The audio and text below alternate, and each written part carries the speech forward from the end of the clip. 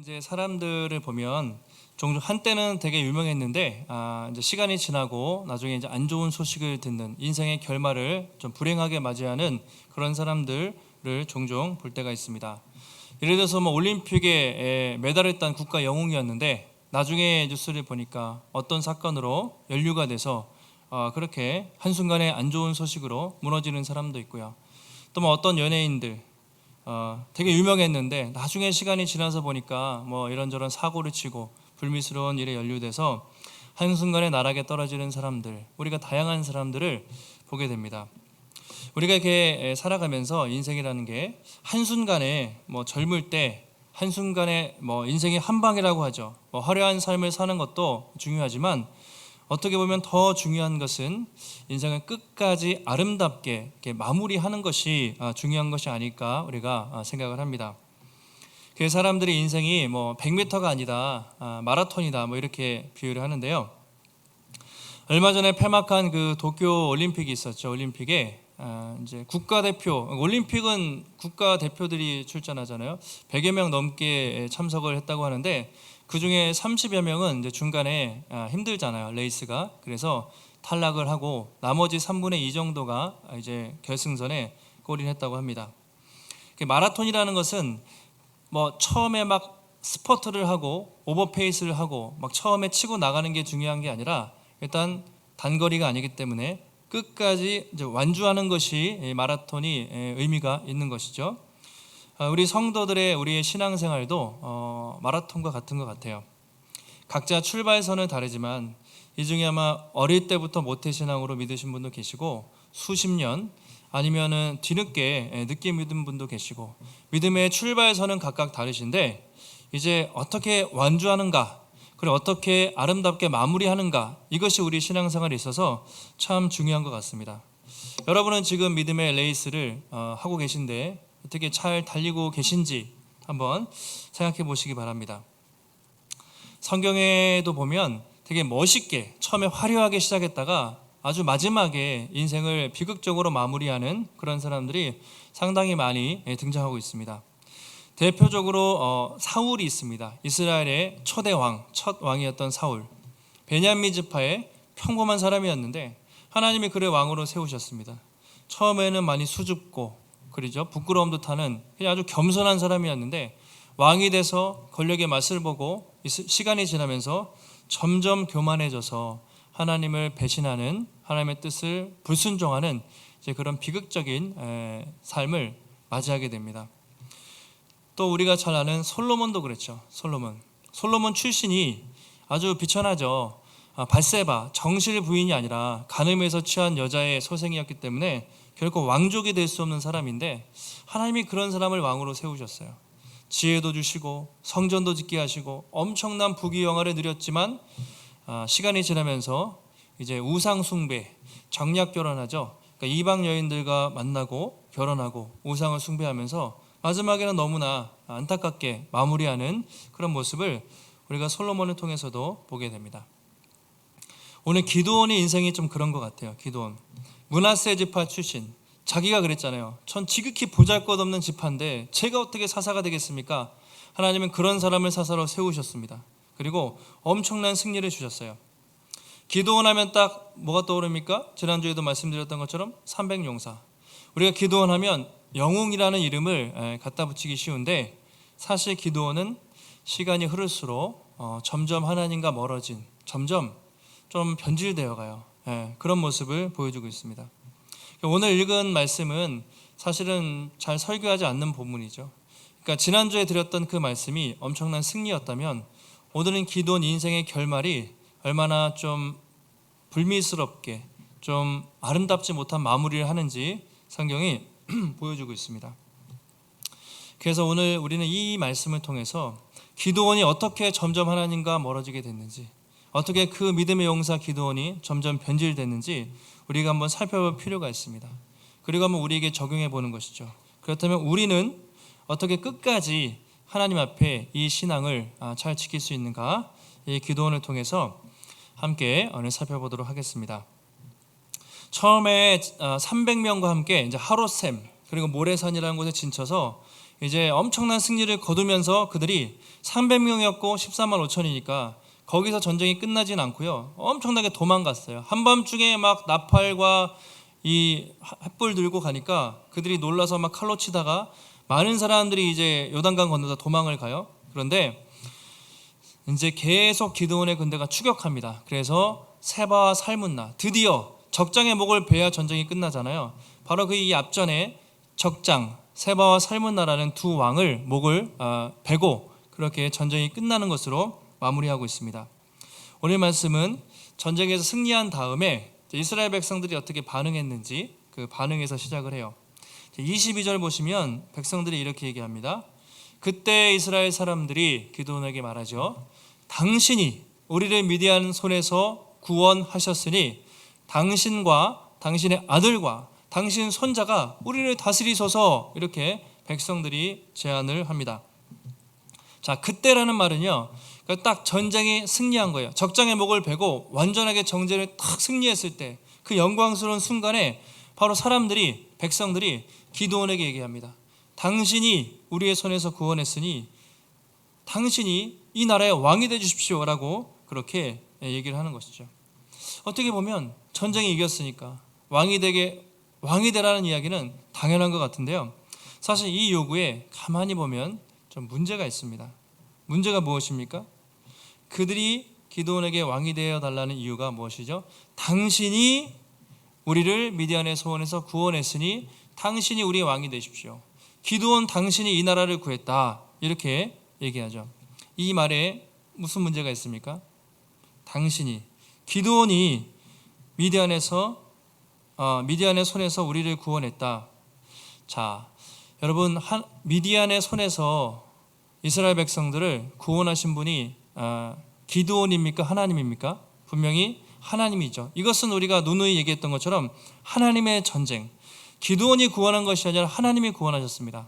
그래서 처음에 전쟁할 때 지난주에 보신 것처럼 내가 이럴 줄 알고, 그렇죠, 하나님이 이럴 줄 알고 14만 5천 명인데 3만 2천에서 줄이고 300명만 남겨서 너희가 전쟁에 이겨도 이것은 너희 힘으로 이긴 것이 아니라 내가 함께해서 이긴 것이다. 그것을 분명히 보여주기 위해서 다 보냈잖아요. 99%를 보내고 1%의 군대로 하나님이 이기게 하신 것이죠. 그런데 이스라엘 백성이 전쟁에 이기자마자 뭐라고 합니까? 그 영광을 하나님께 돌리지 않고 당신 기드온 때문에 이겼으니 당신이 왕이 되달라 이렇게 요청을 하는 것이죠. 이것은 어떻게 보면 그냥 당연한 것 같은데 사실 백성들의 그 이면에는 하나님의 왕 되심을 어떻게 거부하는, 하나님이 왕이세요. 왕이 계신데 인간 왕을 세워달라는, 어떻게 보면 하나님의 통치를 거부하는 듯한 그런 뉘앙스, 요구가 백성들에게 묻어 있습니다. 근데 이제 백성들이 왕을 요구한 이유가 여러 개 있을 겁니다. 1차적으로는 일단은 주변 나라에 다 왕이 있었어요. 그래서 우리도 강력한 왕이 있어야 이길 수 있기 때문에 그런 사사들 말고 그냥 인간 군주 왕을 세워달라고 끊임없이 요구를 했었어요. 그런데 여기서의 큰 문제는 무엇인가?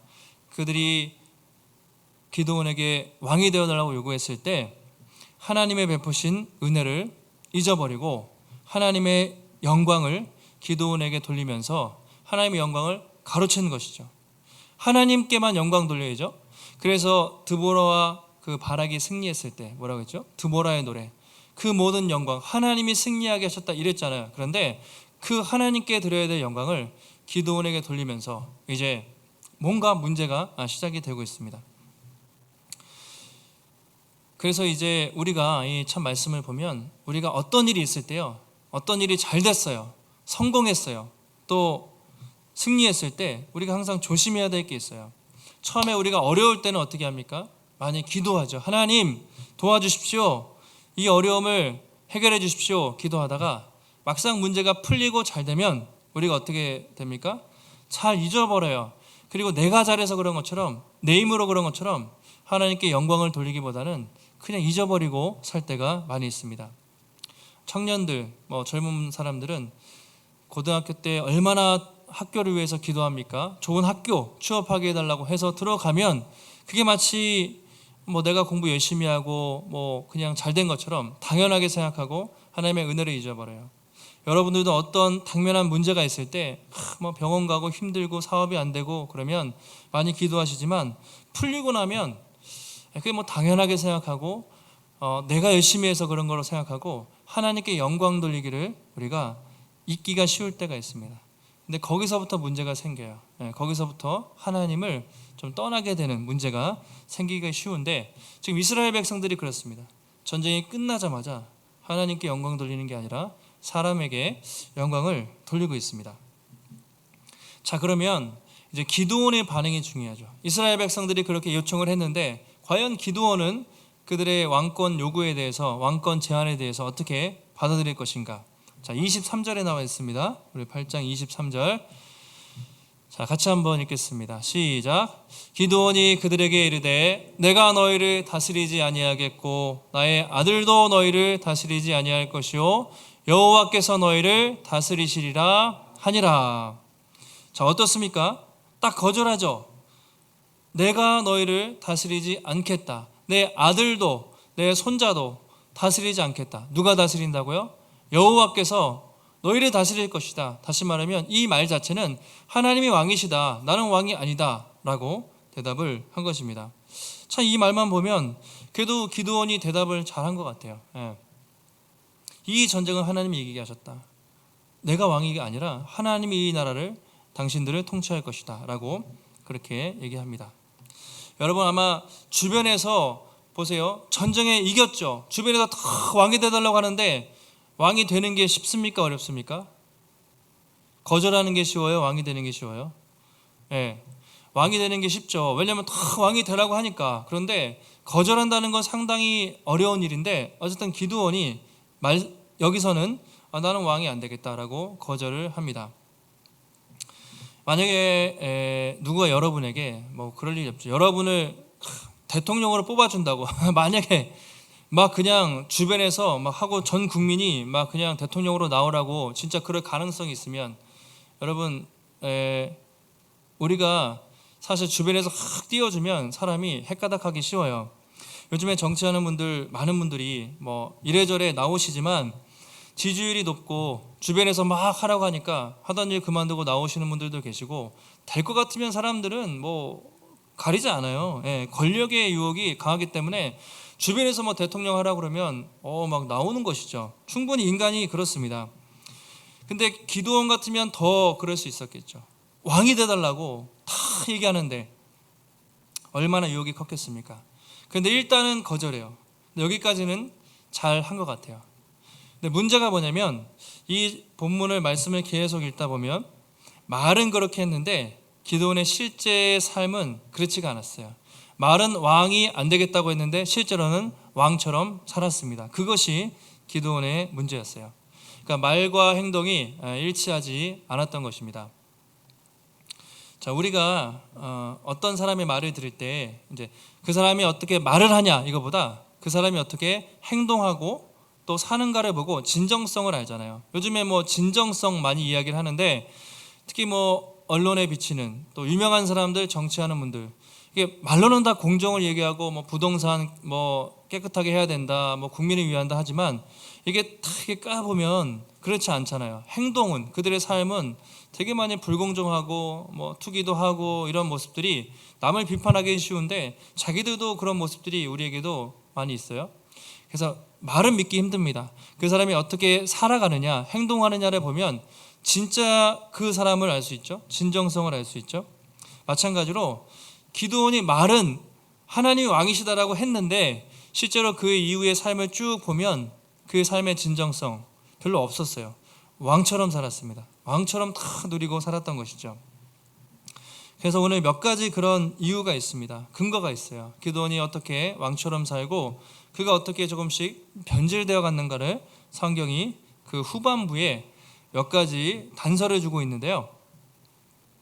자, 먼저 이제 전쟁을 했잖아요. 적장을 죽인 다음에 기드온이 취한 것이 뭐냐면 이제 22절을 봤는데 21절에 전쟁을 딱 치룬 다음에 낙타 목에 있던 뭐라고 했죠? 초승달 장식을 떼어서 가졌다고 돼 있어요. 자, 전쟁의 마무리가 조금 이상해요. 그 세바와 살문나라는 왕을 죽인 다음에 그 낙타에 있던 초승달 모양의 장식을 떼어서 가졌다. 이거 뭐 의미 없는 말 같은데 이 말을 왜 썼을까요? 초승달 장식이라는 것은 왕권의 상징이기도 하고 그들의 왕의 우상 숭배의 상징인데 기드온이 거기에 좀 욕심이 났던 것 같아요. 죽인 다음에 그 이방의 그 목걸이 왕의 상징을 떼어서 가져갔다라고 그렇게 이야기하고 있습니다. 아마 그 마음속에 조금씩 탐욕이 이제 생기는 것을 우리가 볼 수가 있어요. 또 자세히 보면요, 7장에서도 전쟁을 할 때 기드온이 백성들에게 뭐라고 외치라고 가르치는지 아세요? 한 손에는 나팔, 한 손에는 횃불과 항아리 들고 막 나갈 때 기드온이 이렇게 얘기하죠. 여호와를 위하라, 기드온을 위하라, 이렇게 하라고 가르쳐요. 그리고 실제 사람들이 전쟁하면서 여호와의 칼이다, 기드온의 칼이다, 이렇게 얘기를 합니다. 이게 아무것도 아닌 것 같지만 성경은 다 이제 하나하나 의미가 있지 않습니까? 원래는 여호와를 위하라 이렇게만 해야 되는데 여호와를 위하라, 그다음 뭐라고요? 기드온을 위하라. 자기 이름을 슬쩍 끼워 넣어서 하나님의 이름에 자기 이름을 끼워 넣습니다. 하나님의 영광을 위한 전쟁인데 자기 이름을 슬쩍 끼워 넣으면서 여기서부터 기드온이 좀 왕에 대한 욕심이 있지 않았나 우리가 충분히 생각해 볼 수가 있는 것이죠. 이렇게 전쟁이 이기고요. 그 다음이 더 문제였어요.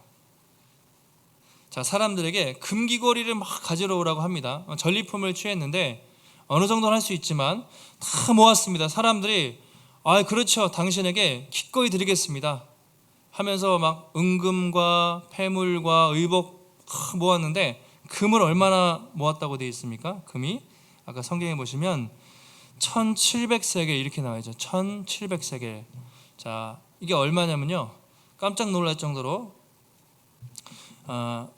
우리 무게로 환산하면 20kg 정도, 19kg, 20kg 정도 되는데 여러분 사람들이 금 좋아하죠. 금.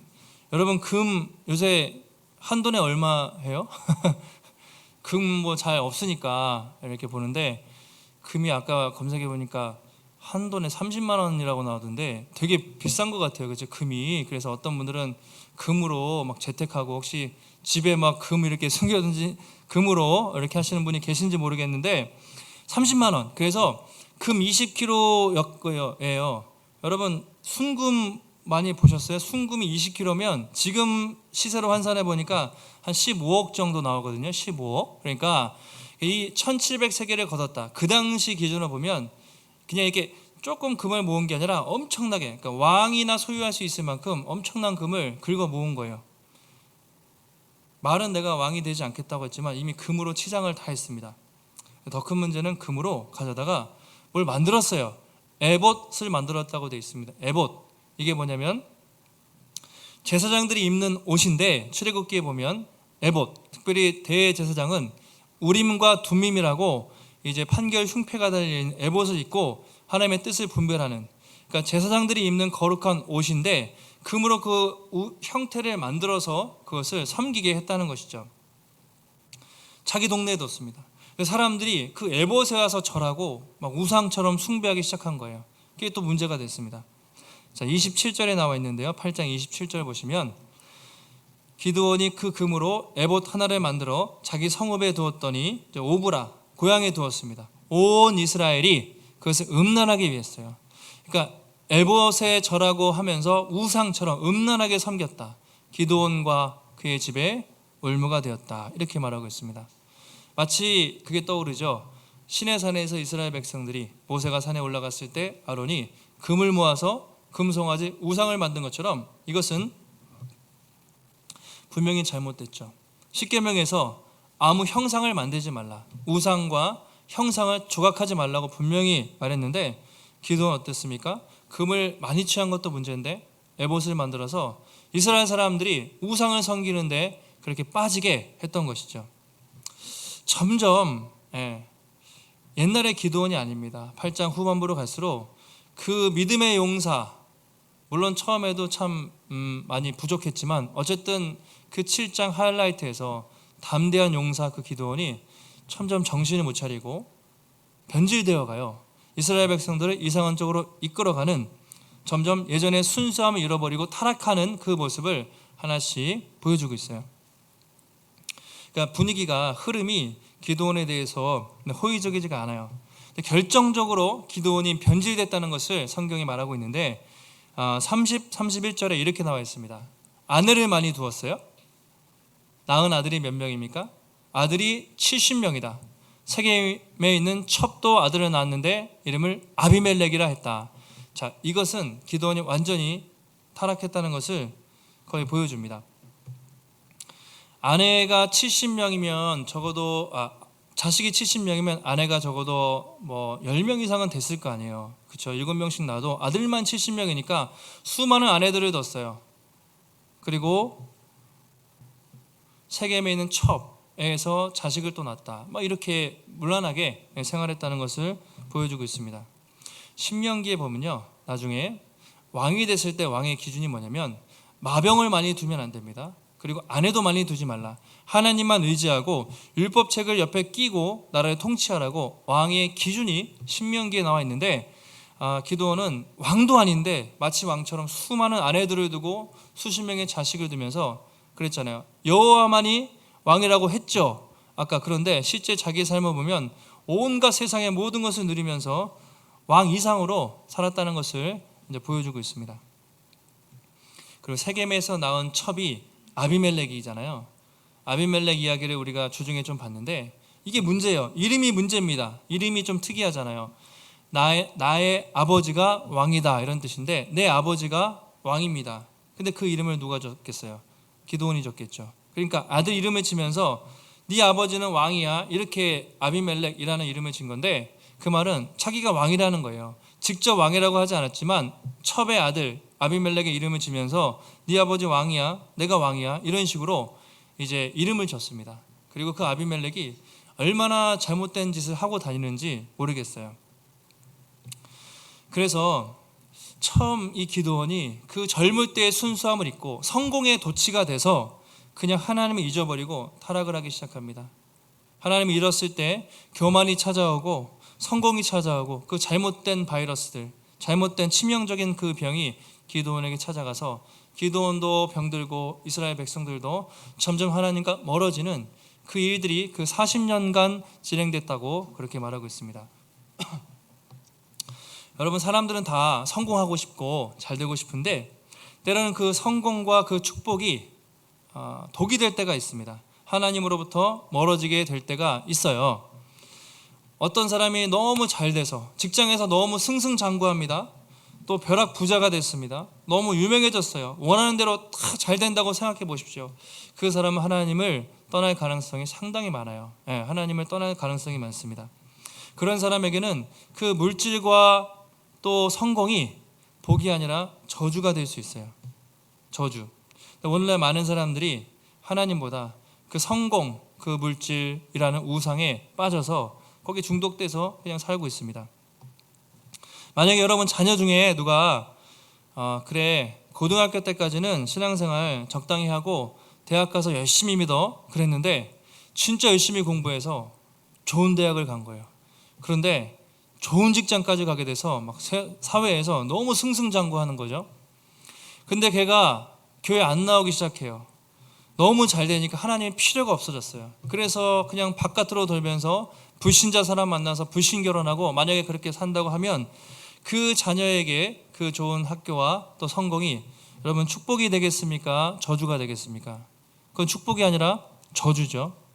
만약 여러분 중에 혹시 누군가 안 그러시겠지만 로또를 했는데 당첨이 됐어요. 얼마 정도 10억, 50억 당첨이 됐다고 해보겠습니다. 그래서 먹고 살만해요. 내가 직장을 그만두고 뭐 신앙생활도 그만둬야지. 가끔 로또 1등에 당첨된 사람 중에 1년 또는 10년 뒤에 보면 거지돼가지고 완전 인생 망친 사람들이 생각보다 엄청 많아요. 왜냐면 그 돈이 주어졌을 때 어떻게 쓸 줄 모르고 1년 내내 여행 다니다가 얼마 전에도 중국에서 어떤 젊은 여성이었는데 1등에 당첨된 것 같아요. 1년 내내 여행 다니다가 몇십억을 다 쓰고 마이너스 통장 쓰면서 거지가 됐어요. 이제 어떻게 살아야 되는지 모르겠다. 그런 인터뷰를 하기도 하고 그런 사람에게는 여러분 그 많은 물질이 그 많은 성공이 저주가 될 수가 있습니다. 그래서 우리는 무조건 세상에서 잘 되고 인정받는 게 좋은 것만은 아니에요.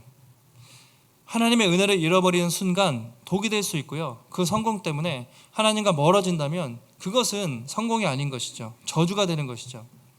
그래서 우리가 항상 조심해야 될 게 뭐냐? 바울이 고린도 성도들에게 말한 것처럼 그런즉 선줄로 생각하는 자는 넘어질까 조심하라 이렇게 돼 있죠.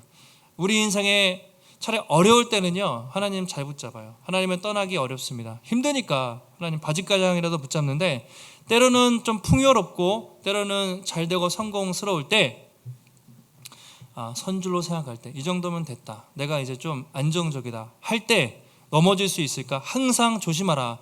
선줄로 생각한 즉 넘어질까 조심하라. 일평생 하나님 앞에서 조심하면서 살아가야 된다고 그렇게 말하고 있습니다.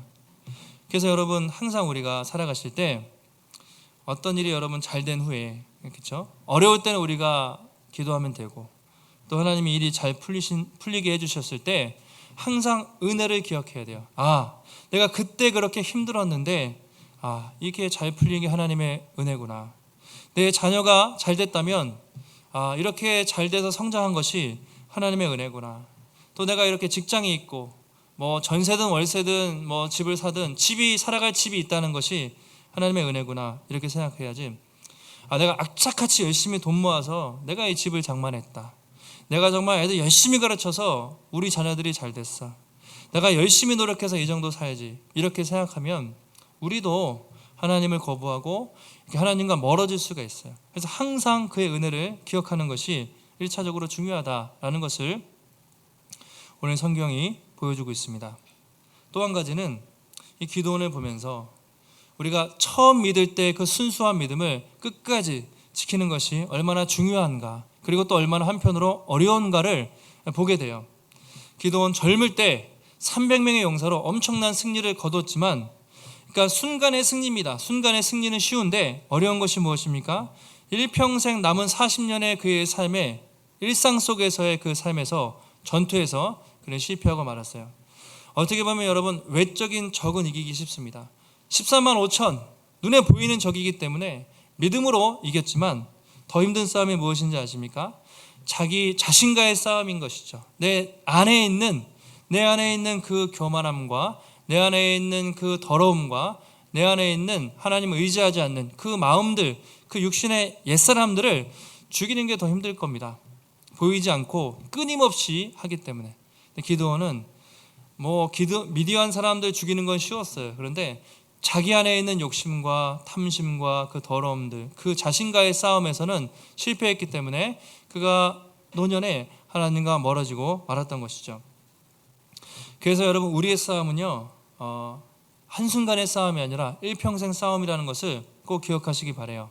한번 300명 딱 물리쳤다고 끝나면 좋죠. 그런데 아니잖아요. 주일날 예배 한번 드리고 끝나면 좋은데 아니라, 그거 끝나면 주중에 어떤 싸움이 있고, 그거 끝나면 또 있고, 평생 계속 있어요. 그때마다 일평생 그분을 의지하면서 끝까지 완주하는 사람이 승리합니다. 그래서 우리 신앙생활이 어떻게 보면 어렵죠. 계속해서 가야 돼. 그렇지만 거기서 승리하는 사람이, 마지막에 승리하는 사람이 정말 승리하는 것이라는 것을 오늘 기도원을 통해서 보여주고 있어요. 근데 이렇게 보다 보면 여러분들도 그렇고, 여러분 주변에 신앙생활 하다가 지금 교회와 멀어진 분들을 꽤 많이 아마 여러분들 떠오르는 분들이 아마 계실 거예요. 그때는 되게 열심히 같이 했었는데 지금은 교회에 안 나와요. 하나님과 멀어진 분들을 여러분 많이 떠오르는 분이 계실 것입니다. 열심히 하다가 중간에 떨어지고 변질되는, 넘어지는 사람들이 상당히 많이 있습니다. 바울이 갈라디아 성도들에게 편지를 쓰면서, 갈라디아 사람들이 처음에는 신앙생활 잘했습니다. 그런데 점점 이상한 다른 복음을 받아들였어요.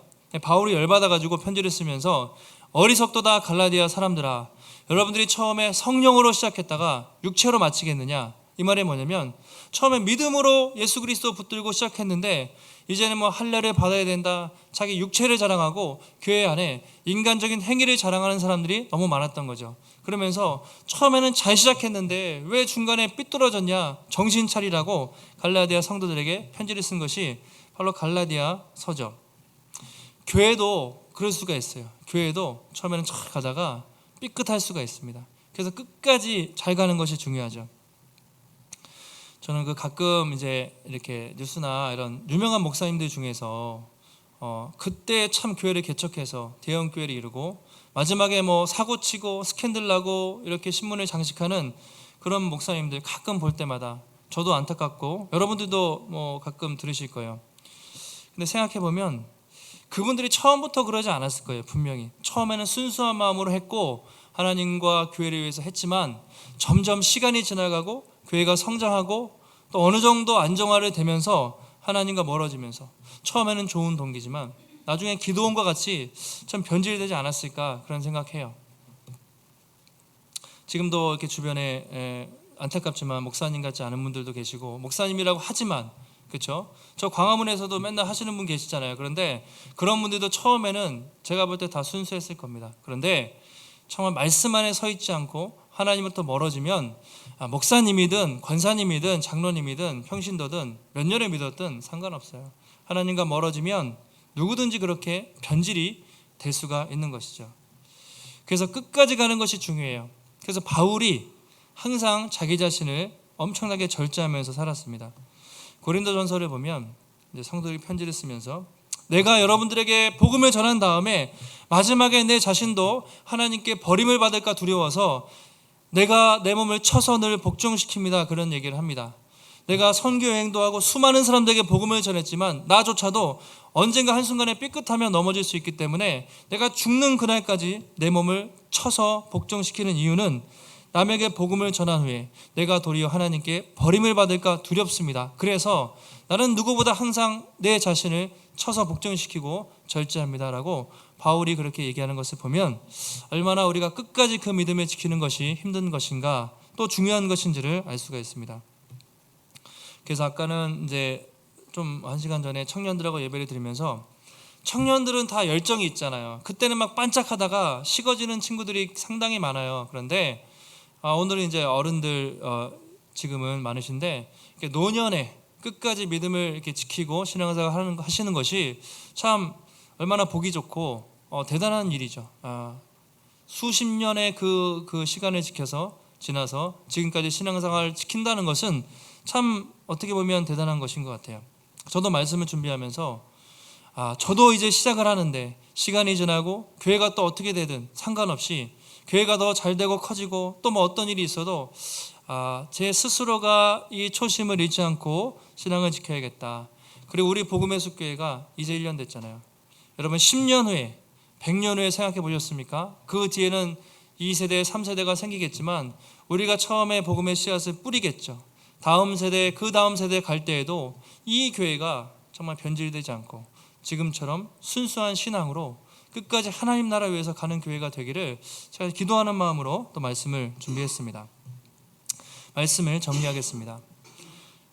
히브리서 11장에 보면 믿음의 용사들이 나옵니다. 믿음의 많은 용사들이 나오는데 거기에 기드온, 바락, 삼손. 우리가 보면 좀 부족한 사람들도 하나님이 믿음의 용사의 반열에 올려놓으세요. 11장에는 그렇게 나오다가 12장에 가서 이 믿음의 바톤을 받아서 우리가 어떻게 살아야 되는가 12장에 이렇게 얘기하고 있습니다. 우리에게 구름같이 둘러싼 허다한 많은 증인들이 있으니 그렇죠? 그 믿음의 선배들이 있다는 것이죠. 모든 무거운 것과 얽매이기 쉬운 죄를 벗어버리고 죄를 벗고 뭐라고 합니까? 인내가 필요합니다. 우리 앞에 당한 경주를 믿음의 경주라고 분명히 성경이 표현하죠. 마라톤이에요. 이 경주를 하되 믿음의 주 온전케 하시는 이인 예수를 바라보라. 믿음의 시작과 믿음의 끝이 되시는 예수 그리스도를 바라보라는 것이죠.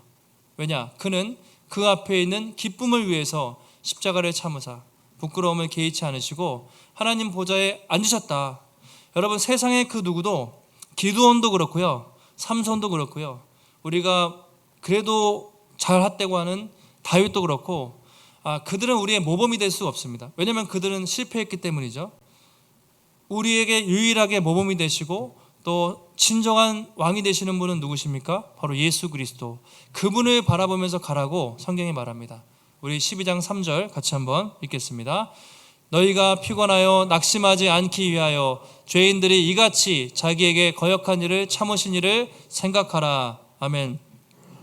우리가 이 싸움을 쌓아가야 되는데 우리 힘으로 할 수 없다는 것이죠.